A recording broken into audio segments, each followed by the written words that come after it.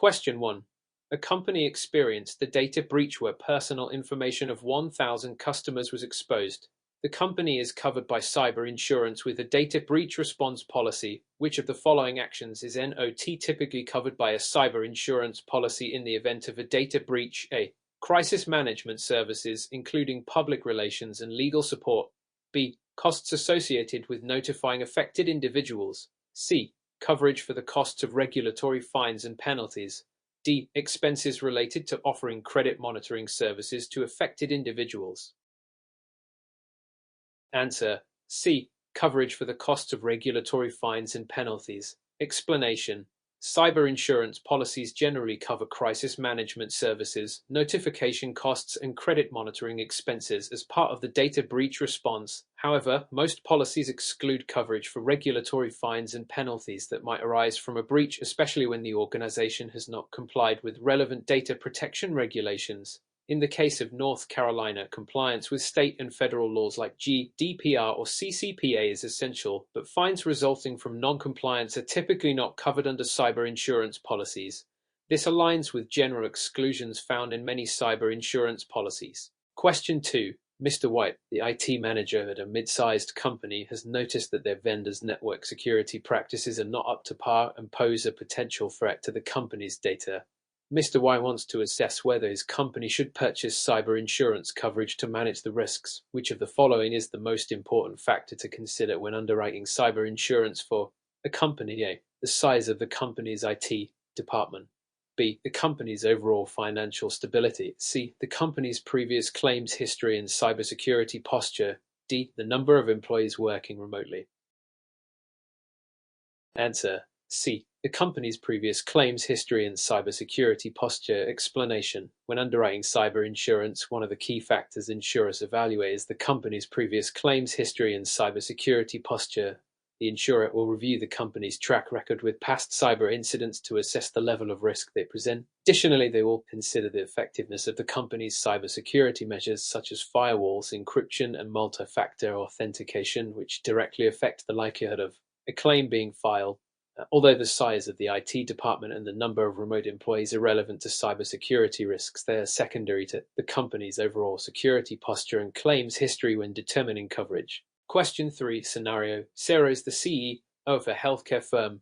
Recently, her company experienced a ransomware attack that halted operations for 2 days, affecting patient data. The company's cyber insurance policy includes business interruption coverage. What is the most likely scenario in which Sarah would be able to file a successful business interruption claim? A. If the ransomware attack causes a disruption to operations for more than 24 hours. B. If the company suffers a financial loss due to employee negligence related to the ransomware attack. C. If the company can demonstrate that the disruption to patient data access directly affects its ability to serve customers. D. If the company suffers a reputation loss as a result of the ransomware attack.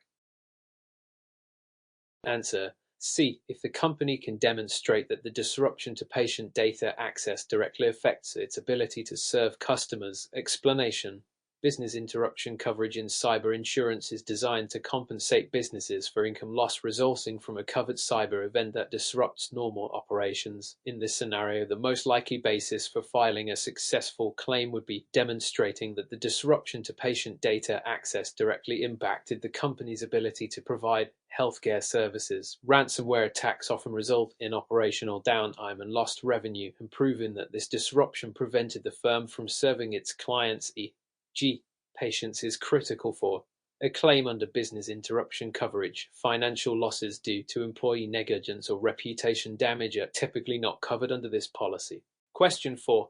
A company's cyber insurance policy includes both first-party and third-party coverage. Which of the following scenarios would be covered under the company's first-party cyber insurance coverage? A. A competitor sues the company for failing to secure their customer data. B. The company's data is breached, resulting in the theft of sensitive financial information. C. A third-party vendor loses the company's data in a server crash. D. A media outlet reports that the company was hacked, leading to a decline in stock prices.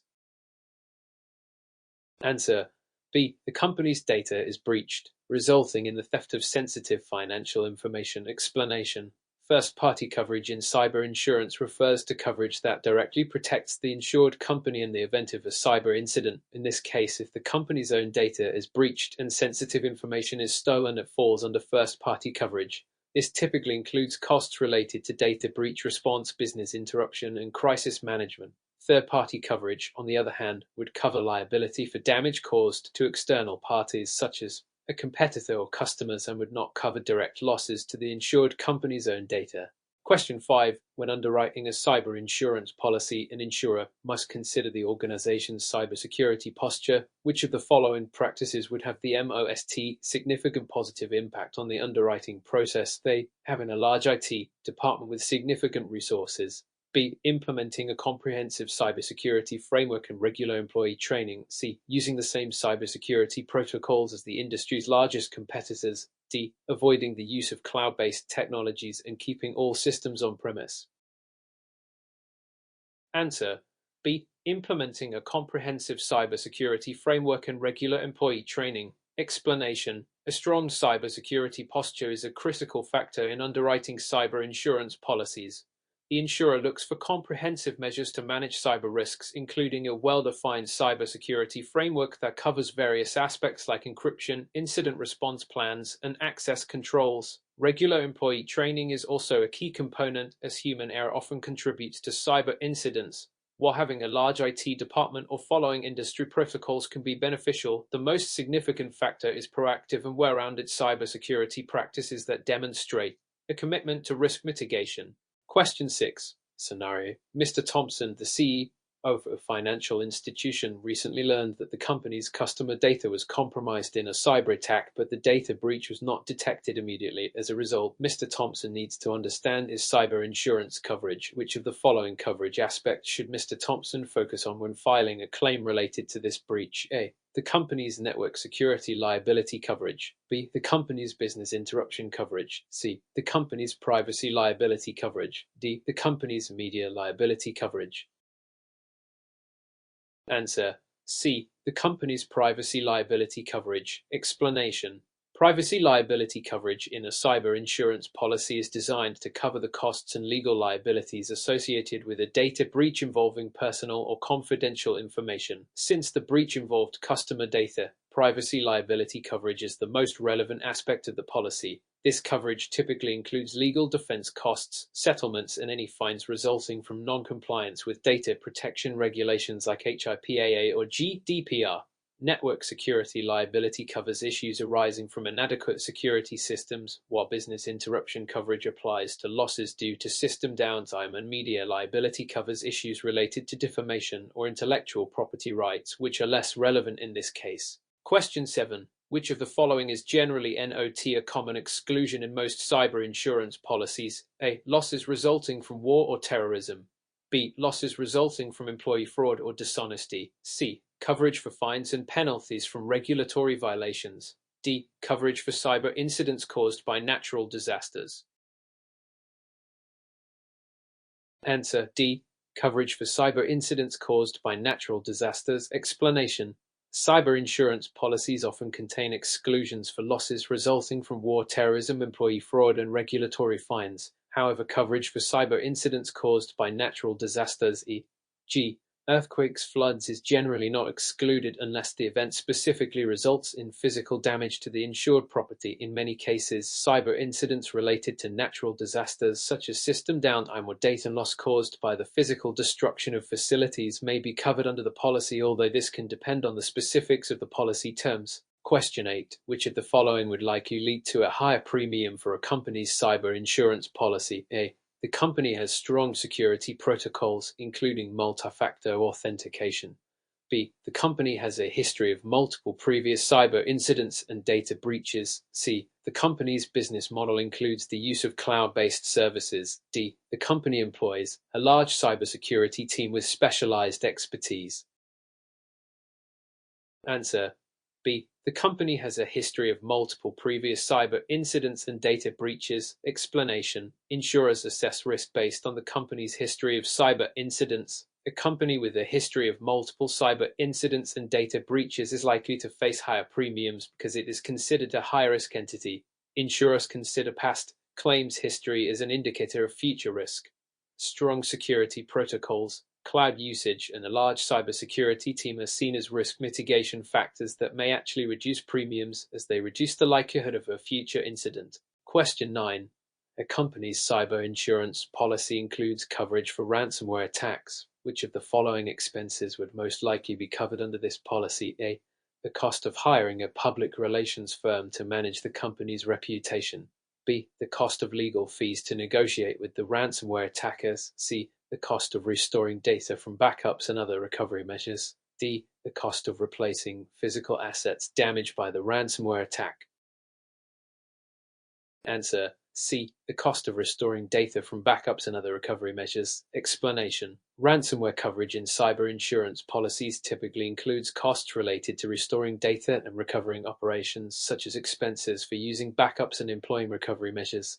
This aligns with the goal of getting the company back to normal operations after a ransomware attack, while public relations fees and legal costs may be covered by other aspects of the policy. G. Crisis management. Replacing physical assets damaged by ransomware is generally not covered as ransomware primarily affects digital assets and operations. Question 10. When assessing the cyber risk of a small business, which of the following factors is most important for an insurer to consider in determining policy limits and premiums? A. The size of the business's physical office space. B. The business's annual revenue and customer data volume.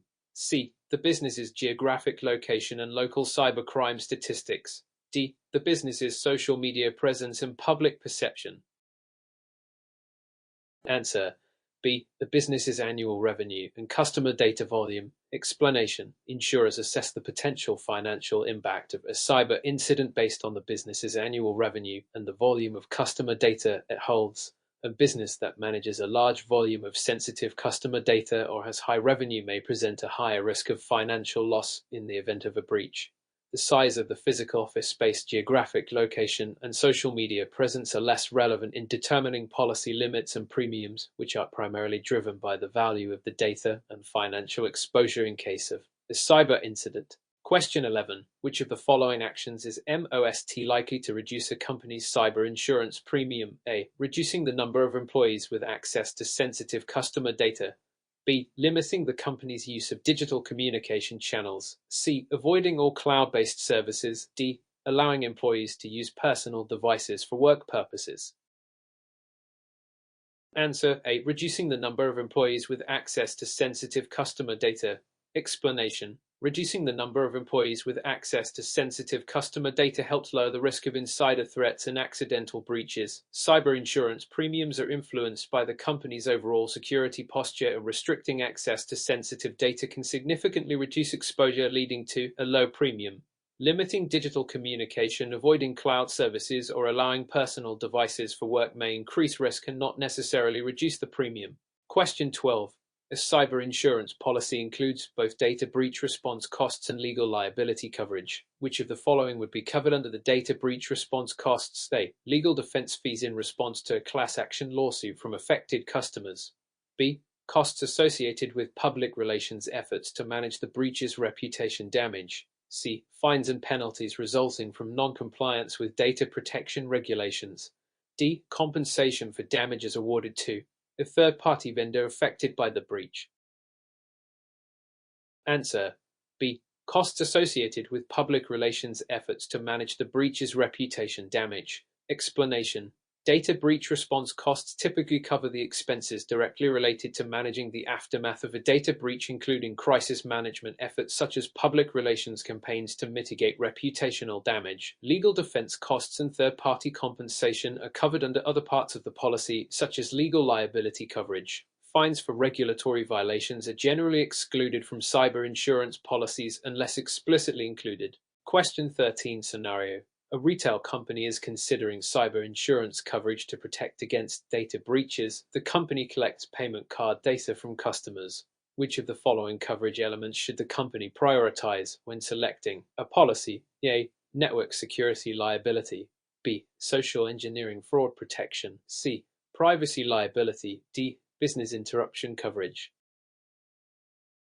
Answer: C.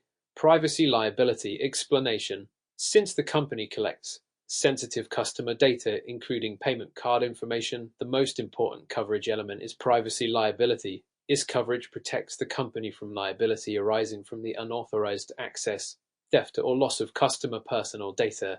Network security liability would be relevant if the issue arose from a network breach, while business interruption and social engineering fraud protection might be useful, but are not as critical for this situation.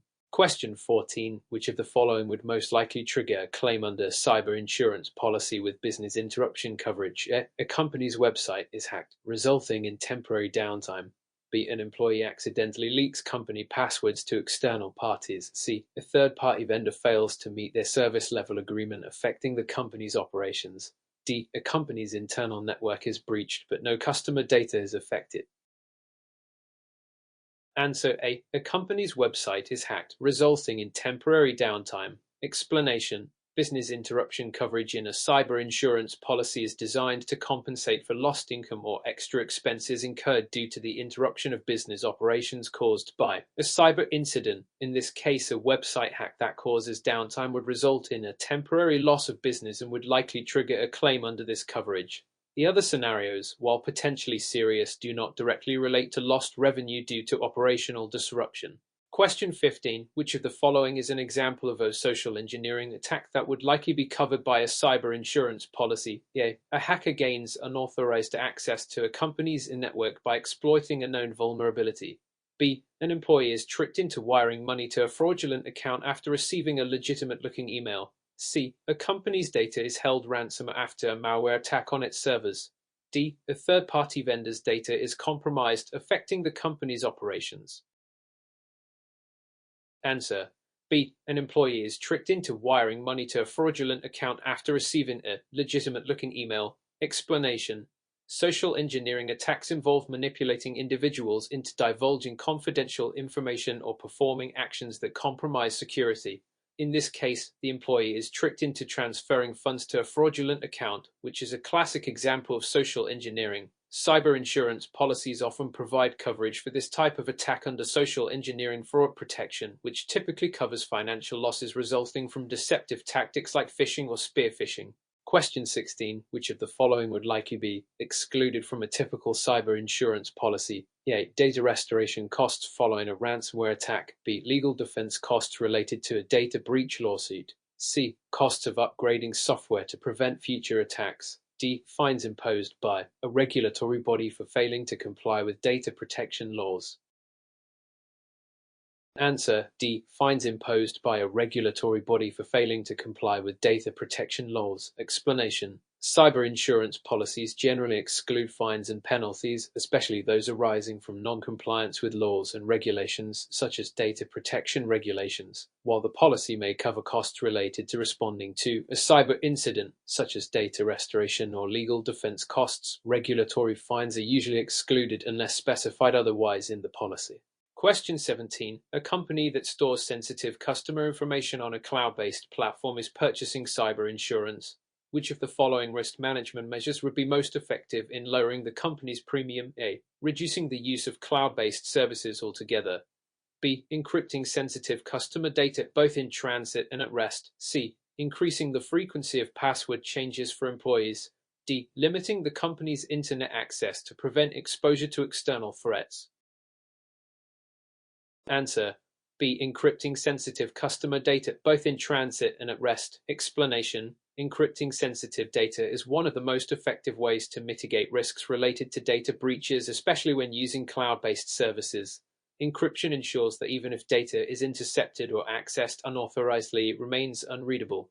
This proactive security measure reduces the overall risk of a breach and in turn can help lower cyber insurance premiums. Reducing cloud use or limiting internet access may not be practical solutions and can restrict business operations. Question 18 scenario. A company that specializes in online transactions has suffered a data breach involving customer credit card information.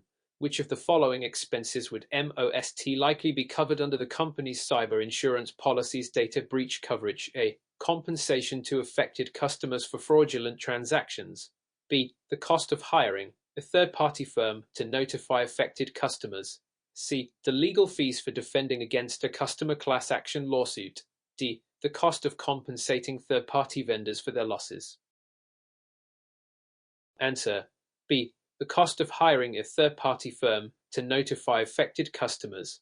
Explanation: data breach coverage in a cyber insurance policy typically covers the costs associated with managing the aftermath of a data breach. This includes hiring third-party firms to notify affected customers, monitoring their accounts, and providing credit monitoring services. Compensation for fraudulent transactions, legal fees for lawsuits, and third-party vendor compensation would generally fall under different parts of the policy or be excluded. Question 19. Which of the following best describes the purpose of a cyber insurance policy's network security liability coverage? A. It covers the cost of data restoration and system recovery after a cyber incident. B. It covers liability for damages resulting from a failure in the company's cybersecurity defenses. C. It covers the legal defense costs associated with a data breach lawsuit. D. It covers the cost of training employees on cybersecurity best practices. Answer: B. It covers liability for damages resulting from a failure in the company's cybersecurity defenses. Explanation: network security liability coverage addresses the financial consequences of a failure in the company's network security, such as a breach, hack, or failure to protect data. This coverage would apply to third-party claims resulting from the company's negligence in securing its network and data, including damages to customers or other businesses. It is distinct from coverage for data restoration, legal defense, and training expenses. Question 20. When assessing a company's cybersecurity risk for underwriting purposes, which of the following factors would be AST important to an insurer? A. The company's overall annual revenue. B. The company's data encryption protocols. C. The company's previous history of cyber incidents. D. The company's employee security awareness training program. Answer: A. The company's overall annual revenue. Explanation: while annual revenue may be an indirect factor in understanding the scale of operations, it is not the most critical factor for assessing cybersecurity risk. Insurers are more concerned with how the company manages its cybersecurity, including encryption, incident history, and employee training. A business's revenue is not as directly correlated to its cybersecurity posture or the likelihood of an incident occurring. Question 21. Which of the following scenarios would be covered under a cyber insurance policy's extortion coverage? A. An employee accidentally shares a confidential client email with a third party. B. A hacker encrypts a company's files and demands a ransom payment for decryption keys. C. A company's website is temporarily unavailable due to a DDoS attack. D. A vendor fails to deliver software updates causing system vulnerabilities.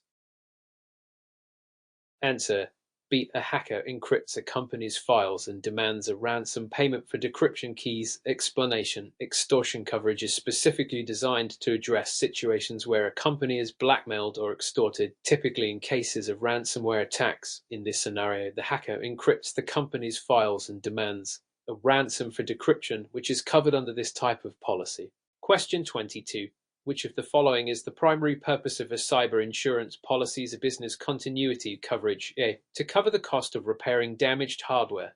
B. To cover the cost of employee training programs. C. To protect against lost revenue during a cyber attack. D. To cover the cost of replacing physical office equipment. Answer: C. To protect against lost revenue during a cyber attack. Explanation: business continuity coverage is designed to help businesses recover lost income and cover extra expenses during and after cyber event. It focuses on ensuring that the business can continue operations and mitigate financial losses due to the disruption caused by cyber incidents. Question 23. A company experiences a data breach where a hacker gains access to customer personal data. Which of the following costs is AST likely to be covered by the company's cyber insurance policy? A. Costs to notify affected customers.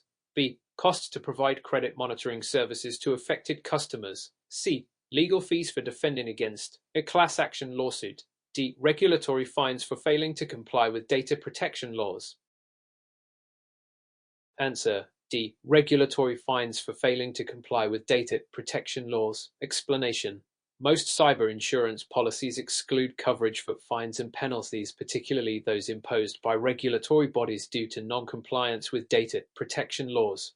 However, the costs for notifying customers, providing credit monitoring, and defending legal actions are typically covered under such policies. Question 24 scenario. A company has suffered a breach involving the theft of intellectual property IP that was stored on an unsecured server. Which of the following would most likely be covered by the company's cyber insurance policy? A. Costs associated with replacing the stolen intellectual property. B. Costs for system upgrades to prevent future breaches. C. The legal fees for defending against a lawsuit filed by a competitor. D. Costs for responding to a data breach, including notifying affected parties.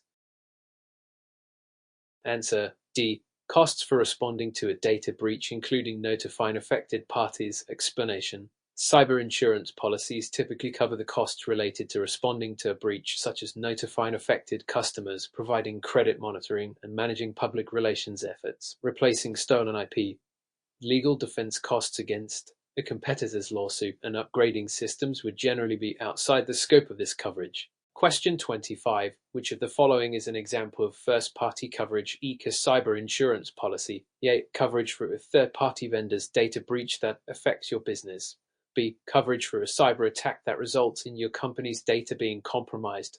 C. Legal defense costs for defending against a lawsuit by a customer. D. Liability for damages resulting from a customer's lost data. Answer: B. Coverage for a cyber attack that results in your company's data being compromised. Explanation: first-party coverage refers to losses and expenses incurred directly by the insured party. In this case, a cyber attack affecting the company's own data would be covered under first-party coverage, whereas third-party liability, legal defense, and customer data losses would fall under different types of coverage. Question 26. Which of the following measures is most likely to reduce a company's exposure to a data breach? A. Requiring strong password policies and two-factor authentication. B. Increasing the number of employees who have access to sensitive data. C. Reducing the frequency of employee cybersecurity training. D. Implementing minimal encryption for internal communications. Answer: A. Requiring strong password policies and two-factor authentication. Explanation: requiring strong password policies and implementing two-factor authentication are proven measures to enhance security and reduce the risk of a data breach. These steps help prevent unauthorized access to systems, making it more difficult for attackers to compromise sensitive data. Increasing access to sensitive data, reducing training, or using minimal encryption would likely increase the risk of a breach. Question 27. Which of the following would typically be covered under the privacy liability portion of a cyber insurance policy? A. A lawsuit resulting from a breach of customer data. B. Costs of recovering stolen trade secrets. C. Legal defense costs related to intellectual property theft. D. Costs to replace damaged company hardware. Answer: A. A lawsuit resulting from a breach of customer data. Explanation: privacy liability coverage typically applies to claims resulting from the unauthorized disclosure of personal data or breaches of privacy regulations. If a company is sued due to a breach of customer data, this coverage would apply to legal defense costs and any settlements or judgments resulting from the lawsuit. Question 28. A small business has cyber insurance that includes coverage for data breaches. However, the policy specifically excludes coverage for social engineering fraud. Which of the following scenarios would be excluded from coverage under this policy? A. A phishing attack that results in a financial loss due to employee error. B. A data breach where hackers steal customer credit card information. C. A ransomware attack that locks company files and demands payment for decryption. D. A DDoS attack that temporarily disrupts the company's website. Answer: A. A phishing attack that results in a financial loss due to employee error. Explanation: social engineering fraud, such as phishing, is typically excluded under many cyber insurance policies. If the business falls victim to a phishing attack where employees are tricked into transferring money or providing access credentials, this would be excluded from coverage if the policy does not include social engineering fraud protection. Question 29. Which of the following would likely be excluded from a cyber insurance policy's data restoration and coverage? A. Costs to restore data from backups following a cyber attack. B. Costs to repair hardware damaged during a cyber attack. C. Costs to recover data lost due to a ransomware attack. D. Costs to rebuild the company's website following a DDoS attack. Answer: B. Costs to repair hardware damaged during a cyber attack. Explanation: Data restoration coverage typically covers the costs of recovering lost or damaged data, such as restoring data from backups or recovering it after a ransomware attack. However, hardware repair costs are generally not covered under this type of coverage and would fall under different parts of a business's property or general liability insurance policy. Question 30. Which of the following scenarios would likely trigger a claim under the business interruption coverage of a cyber insurance policy? A hacker accesses customer data but does not disrupt business operations.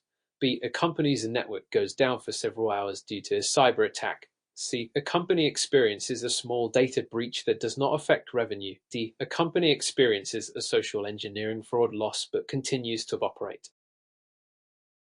Answer: B. A company's network goes down for several hours due to a cyber attack. Explanation: business interruption coverage is designed to protect against income loss caused by operational disruptions resulting from cyber incidents. A cyber attack that takes down a company's network for several hours, resulting in a loss of revenue during that period, would trigger a claim under business interruption coverage.